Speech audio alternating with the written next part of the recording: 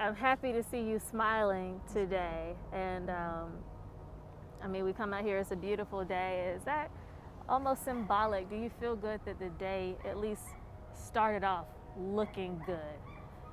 The day was a sunny day, like the day that we lost Amaud. It was a sunny Sunday afternoon. Um, I'm glad to see the sun, the sunlight today. That lets me know that Amaud is well. You think he's smiling? I know he's smiling. How are you feeling when you woke up this morning? It's like any other morning. Amaud's the first thing that I think about once I wake every morning. This morning I kind of laid there for a couple of minutes and just reminisce. This is actually the day that I lost Amaud a year ago. Sometimes I think I'm still in denial, but I'm okay today. I was going to say it's easy for so many people from the outside looking in to say, oh, this is the day where your life changed forever, but we really don't know what that feels like for you. I mean, now that you're 1 year out, this anniversary day, how do you view today? How do you characterize today for yourself? A year ago, I took a great loss. My family and I lost a lot. Trying to take that loss and trying to just push through. When I laid Amaud the rest last year on the 29th of February, a part of me left with him. So I'm not the person I was last year, the year before. I mean, I'm totally different. Do you think you're stronger? I would say stronger. When you get up every day, I mean, some people would sulk. You didn't sulk forever. You got up, you put one foot in front of the other, and you kept fighting until you got arrests. You kept fighting to tell your story. You kept fighting to get the evidence out there that you knew existed. As you uncovered for yourself a lot of evidence that we didn't even know about at first, and then later the video came out. At this point, what do you tell yourself every day you get up to keep pushing and to keep fighting when sometimes you may not feel like it? What's that talk you have with yourself? And the reason why I live every day is I'm living to get justice for Amaud. But I can't stop until justice is served, and that's my push. When you said you lost so much on this day last year, you look back over this past year, just describe what you've gained. Since Amaud's passed, the state of Georgia has made some tremendous changes, I would say. They implemented the hate crime law that Amaud's passing played a major part in, as well as here recently we got the citizen's arrest law repealed and restructured, so I was thankful for that. And there locally, we got a new DA. We replaced her with another guy that was voted in back in November, so I was thankful for those changes as well. Have you gotten a chance to talk to Flynn Brody? I know Jesse Evans says he's talked to you guys and his heart goes out to the family, but I know Flynn Brody is new. I sat down with him yesterday. What's your thought and your feeling on him taking over this case? I'm pretty confident. I was kind of disturbed when I heard that Ms. Holmes had lost the election back in November, but after speaking briefly to Mr. Brody, he assured me that Jesse Evans, the lead prosecutor, will continue to work the case, so I was pretty confident about that as well. Yesterday when I sat down with Mr. Evans and DA Brody, I said to him, the symbolism is not lost on you, that you are a black man prosecuting this case that has so many underpinnings of racial injustice, and that's brought this conversation to the forefront. I said, do you realize that people look at you differently and expect more of you, given all the circumstances around you prosecuting this case? He said, I realize in this last week that people expect more of me. He said his goal, though, is just to do it right. That's right. To do it right. Has he talked to you about his efforts to do it right? And what does that mean for you? Actually, we're going to meet with him briefly this afternoon, my counsel and myself. So I'm looking forward to that meeting on later today. What does doing it right mean for you? Doing it right is what I've asked for from the very beginning, from the day that I lost Amaud, for someone to get it and work it correctly. And if he said that, that means the world. I know that you've become a face, one of the many faces of this continuing movement for social justice, for police reform, for racial justice. Now that you're a part of this narrative and this movement, what do you want others to do who see grieving mothers like yourself, and if they're not sure how to engage or how to become involved or what to do, what's your message to people out there who want change as well but maybe don't know how to start it? Mainly I would tell them, just don't give up. Just keep pushing. I mean, it's going to be some dark days, but in the middle of those dark days, just remember that there's sunlight that will come if you just keep pushing. What do you look for what do you do when you're looking for a smile? I would assume you have pictures. I don't know if you have videos in your phone. I mean, how do you get through each day when you're missing him? I look at photos. I get into like a daydream, and I just think about the good times that we've shared. And that's basically how I make it through.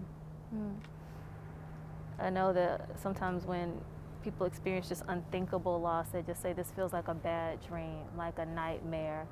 Do you think that you'll ever kind of wake up from that feeling that this was a nightmare? No, I don't think I'll never come into total acceptance of what happened. Maybe if Amaud didn't leave in the way that he left, it would be better, but looking at the way that he left is kind of, it's very disturbing. And I know that sometimes you look for a silver lining in things, right? Even if other people want to find a silver lining for you, that's your walk and that's your journey. But you knew him in a way no one else knew him. And so that connection is different. I'll ask you though, I mean, you've got that maternal kindred connection to him. What do you think he wants right now as we look back over this last year? As a mother, as only a person who knows him the way you do, what do you think he wants his legacy to be at this point, especially with all that's transpired over this last year? Thinking about that question as a whole, Amaud would want me to know that he would probably say, "Mama, I didn't do anything wrong." He would first want to convince me, tell me that he didn't do anything wrong on the 23rd. And he's probably looking at me and saying, "Mama, I told you so," and continue to fight.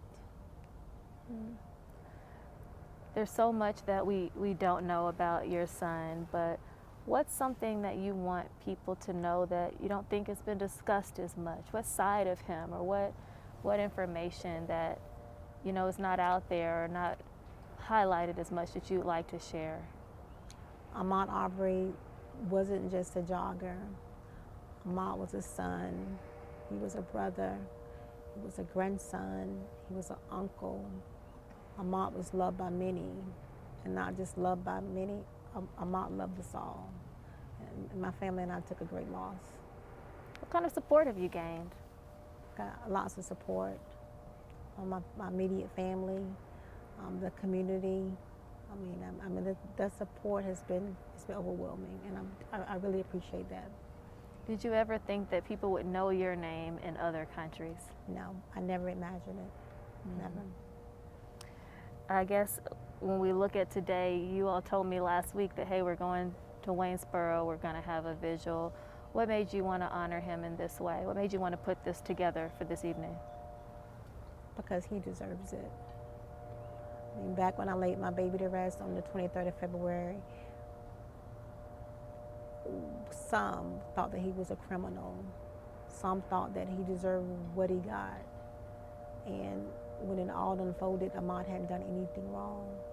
And even if he had done something wrong, he didn't deserve to die.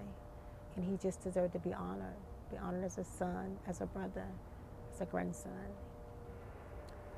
I know that the pandemic has delayed the normalcy of a court process. You all, to some degree, were fortunate to be able to start hearings and even through the pandemic, but I know it's been a little bit protracted. I talked to the DA yesterday, and they said they don't know if even 2022 could be ambitious. When you hear that this timeline could span at least for another year, how are you drawing strength to have stamina to keep fighting for probably another year if a trial date is not set this year? I would say the sooner the better, but whenever it happens, I mean, I'll be ready. I would prefer it happen soon, but later we'll do. I just want all hands involved to go to prison forever. You're still a mom. You'll always be Amaud's mom, but how has your life changed as a mother? How has your relationship changed with Amaud's siblings? I love them. I love them all from the very first time I laid eyes on them. But now I think I love them more. I appreciate them more. The I love yous mean more than what they did. And like I continue to say that we took a great loss. You think you might be closer and stronger as a family? I think we are. Yes, we are. What's happening tonight? What do you want to happen tonight, and what's the vision for tonight? The vision is for Amaud to be honored as first a child of God. He's resting there where I joined the church back when I was 13, and it meant a lot to me to bring him home and lay him in a place where I know he could rest, and just to have others come by and speak words of wisdom to my family and I. Some of us are not as strong as others, and it's not only going to help me, it's going to help my family members as well. It's a full circle moment. I didn't realize that you were so young when you joined the church there.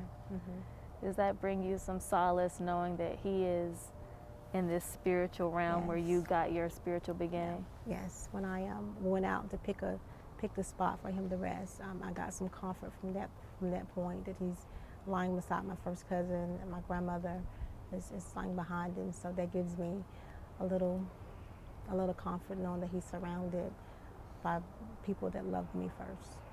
Is this just one more step toward closure, or have you hit some milestones of closure along the way?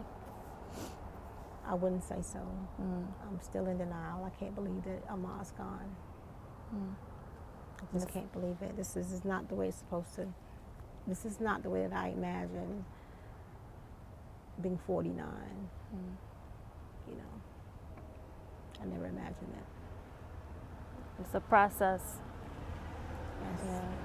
What do you want people to feel and think when they see you continuing to stand up every day and talk? And So tell everyone thank you. Thank you for the support. My family and I appreciate it. And most of all, I know Amaud really appreciates it as well. thank you. I'm gonna ask you, Lee, what are your thoughts on the case right now? Well, there's one thing that's happened in the case that I'm encouraged by. All three of the defendants are being held in detention prior to trial. We know that in the legal system that those trials of people who are held in pretrial detention are given priority for the date being set. And so as Wanda expressed, we're looking forward to the actual day of trial.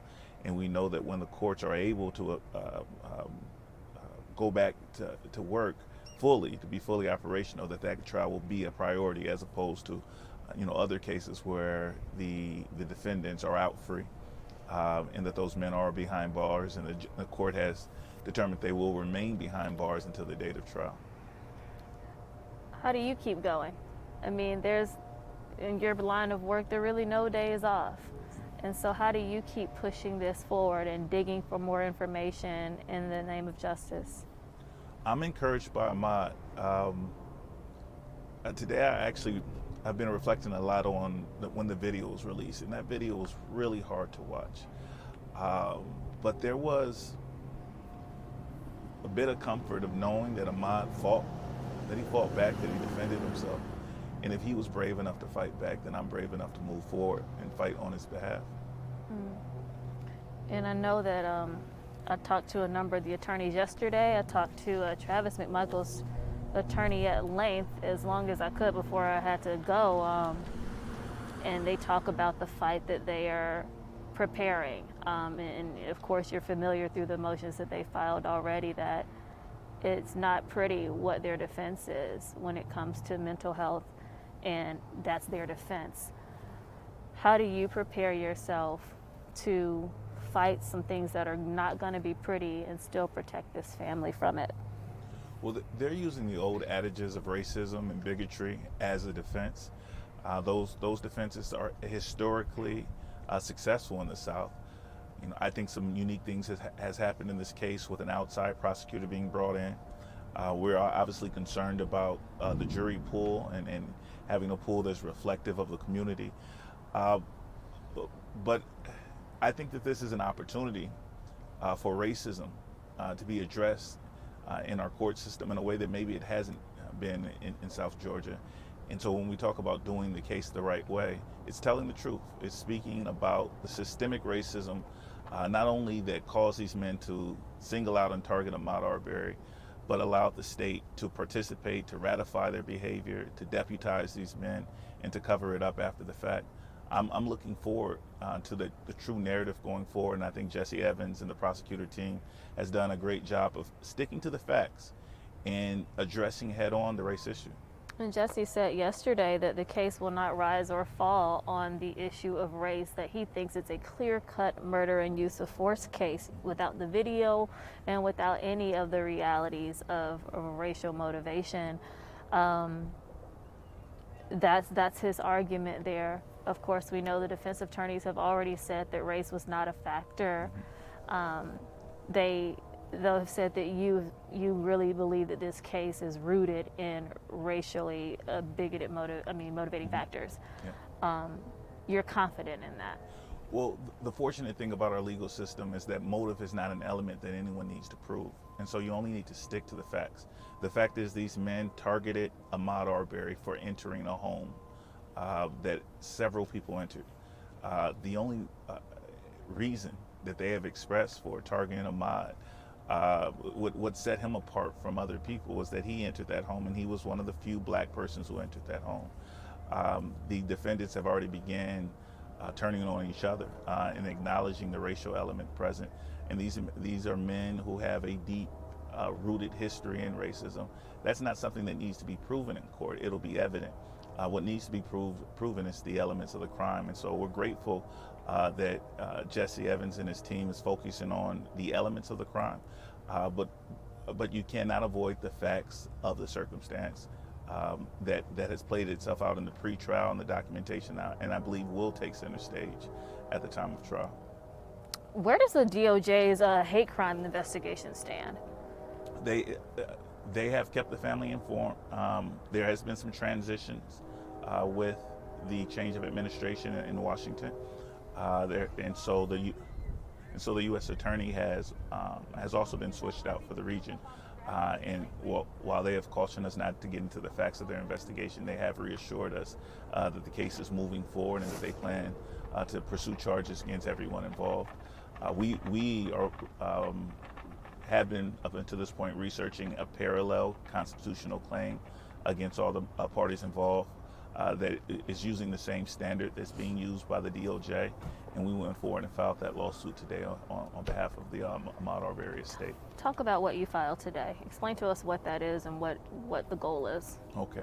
The federal civil rights suit that was filed today targets not only the three defendants that have been really the subject of most of the conversation the past year in their acts on February 23rd of 2020, but it also focuses on the Glenn County representatives, including George Barnhill, Jackie Johnson, Officer Robert Rash, and people that had noticed that this kind of event could happen even prior to it happening, who were present, the officers who were present right after it happened when these men were still stained with Amaud's blood and they failed to make an arrest, and the legal failures in the legal apparatus of Glenn County that kept them from being arrested, that continued to justify their behavior and actively covered up this murder. This lawsuit creates a straight line from the actions of elected officials, state representatives, and the men who have been the subject of most of the media coverage up until this point. Is any part of that lawsuit rooted in the fact that the police department also had the video almost from the onset? Talk about that part, because there seemed to be this defense that they didn't know the gravity of what happened, that the report was that he had burglarized a home and was shot in that process, but then learning that the video was in their possession months prior. Does that speak to some of the elements of your lawsuit? Absolutely. The fact that they had all the evidence that they needed to make an arrest and failed to, it's a constitutional claim. So under the Constitution, all citizens, including Amaud Arbury, are entitled to equal protection under the law. They're entitled to life, liberty, the pursuit of happiness. And these men, and specifically the Glenn County DA, Jackie Johnson, who instructed her officers, according to the lawsuit and according to the evidence that we were able to reveal, not to make an arrest, despite the fact that there was this evidence present. That when George Barnhill received the evidence from Jackie Johnson, he knew that he had a conflict in the case. He knew that he had a relationship with the McMichael family. He took the case anyway. He wrote letters to the Attorney General of Georgia justifying this murder, saying that it was perfectly legal, speaking toward Amaud Arbury's so-called aggressive nature, laying out the defense that the defendants are now relying on about mental health and how that may have been somehow contributory towards their actions toward Amaud. But yeah, this was a cover-up. This was a coordinated effort between private citizens in the state, and that's what the lawsuit reveals. I know there's been this, I think what DA Brody called yesterday, a misnomer that the citizen's arrest statute would have, one, had an impact in this case even as it sits on the books right now, or two, that it could change the scope of the consequences if it is repealed as it moves through the General Assembly. Speak to the role of this citizen's arrest, kind of stand your ground defense that keeps coming up, and how it's kind of been possibly misconstrued as defense in this case? We're grateful that they're taking another look at the citizen's arrest statute to make sure that citizens are not allowed to use deadly force in perfecting citizens' arrest. But it's been our position since the date that we learned about this incident, and I think the facts bear this out fairly clearly, that this was no citizen's arrest. A citizen arrest, even as the statute stands today, must necessarily be preceded by witnessing a criminal felony act. And no one at any time has claimed that they witnessed Amaud Arbury on the day that he was killed committing a felony. They didn't even believe he had committed a felony. Each person involved, from the first person who called 911 to the statements of William Brian Roddy and the McMichaels, say that they saw a man running down the street and they had a gut feeling that he was involved in previous petty thefts. Even if they were right about that gut feeling, that would not have justified a citizen's arrest, and it certainly wouldn't have justified the use of deadly force to perfect a deadly arrest. And so we think that the citizen's arrest statute, as it plays out in this case, is in a posit. It does not apply. You filed the federal civil lawsuit today. What is next? Procedurally, what's next? And then what are your other legal goals and legal avenues in this case, as much as you can explain?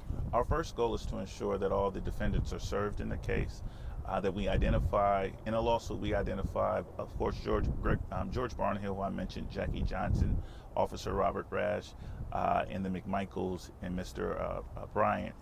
We also identified John Doe's, names that we haven't been able to discover because the cover-up continues. The civil process allows us discovery. It allows us a chance to gather more evidence that we were able to gather during our independent investigation. We need to get all those defendants served. And again, this is a parallel lawsuit to the constitutional claim that is being pursued by the Department of Justice and the U.S. Attorney's Office. Our goal is to continue to coordinate with them. It's a one-way street. So as we find evidence, we pass it over to the DOJ. Now, they're not allowed to pass evidence back onto us, but for this family and for this community, criminal accountability remains the #1 concern. And so while we're hopeful that the civil suit will go forward and be successful, we understand that it takes a far backseat to the criminal case, both the one that is proceeding forward at the state level and the pending federal claims. I was going to say, because we know very clearly what the outcome will be if the criminal case is successful, but what would the outcome be if Jackie Johnson, Barnhill, Robert Rash, those folks being served? What's ultimately the end result or the punishment for them?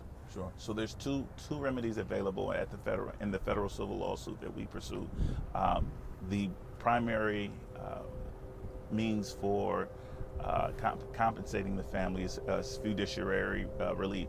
There's also extraordinary relief. Extraordinary relief is changes to the policies and administration. Glenn County has for a long time been identified as a problematic department, one that has been complicit in not only criminal acts, but cover-ups and failure to discipline their officers. While our civil suit is important, it's that parallel DOJ suit that we're chiefly concerned about, because that parallel DOJ suit will allow for criminal charges to be brought against Barnhill, criminal charges to be brought against Jackie Johnson, and possible jail time for the state actors who we believe were complicit from the very beginning, even before February 23rd in this case. And that's what we're looking forward to. I'll close in just asking you on a personal level. You're here in a blue suit with a blue ribbon on, and there's so many people that will be coming from around the state and possibly from around the region and country, standing in blue in solidarity with this family. You're a father. You've been fighting this case for nearly a year now.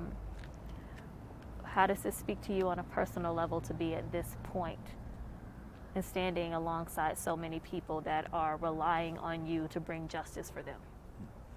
A moment ago, you asked Wanda what she gained, from the community in terms of support. I hope she knows that she gained a son. I consider myself a member of this family, not only an attorney for the family, and a brilliant artist named C. out of Dallas sent a beautiful piece of art depicting Georgia and Amaud. And in the corner, he had a silhouette of a runner with a target on it.